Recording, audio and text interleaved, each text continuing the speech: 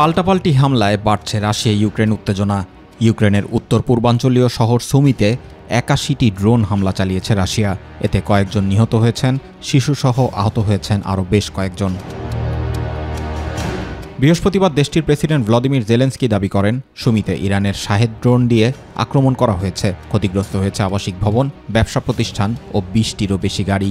ইউক্রেনীয় সামরিক বাহিনী ৩৭টি রুশ ড্রোন গুলি করে ভূপাতিতের দাবি করেছে। এদিকে মার্কিন সহায়তা বন্ধ হওয়ায় বিপাকে ইউক্রেনের প্রেসিডেন্ট ভ্লাদিমির জেলেনস্কি। ক্ষমতায় এসেই মার্কিন প্রেসিডেন্ট ট্রাম্প সব বিদেশি সহায়তা বন্ধের ঘোষণা দেন।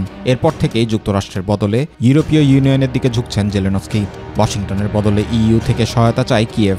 ইউক্রেনের আইন প্রণেতারা বলছেন, মার্কিন সহায়তা আবার সম্পূর্ণরূপে শুরু হতে ৬ মাস সময় লাগতে পারে। এ সময় ইউক্রেনকে সহায়তা করতে ইইউকে আহ্বান জানিয়েছেন তারা।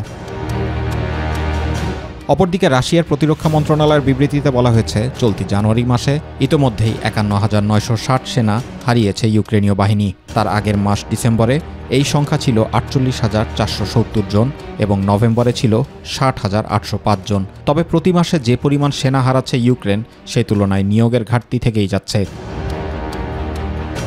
রুশ প্রতিরক্ষা মন্ত্রণালয়ের বিবৃতি অনুসারে প্রতি মাসে গড়ে ৩০,০০০ নতুন সেনা নিয়োগ দিচ্ছে ইউক্রেনের সেনাবাহিনী। এছাড়া বাহিনী থেকে সেনাদের পলায়নের ঘটনাও ঘটছে নিয়মিত।